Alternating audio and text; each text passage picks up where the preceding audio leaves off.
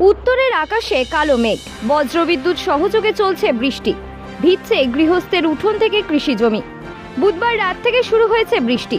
চৈত্র মাসের শেষে আসা বৃষ্টিতে বেড়েছে শীতের আমেজ। যদিও অবিরাম বৃষ্টিতে ছন্দপতন হয়েছে স্বাভাবিক জনজীবন। পিচ্ছিল পথে ঘটছে দুর্ঘটনা। আবহাওয়া দপ্তরের পূর্বাভাস মিলে যাওয়া এই মুহূর্তে মাটি ভেজা গন্ধে মম করছে ডুয়ার্সের আকাশ বাতাস। দীর্ঘ সময় পর বৃষ্টির জল পেয়ে বদলেছে বনাঞ্চলের রূপ। শালফুল ভরা জঙ্গল থেকে গৃহস্থের উঠোন সবেতেই এক শীতল শান্তি বিরাজমান।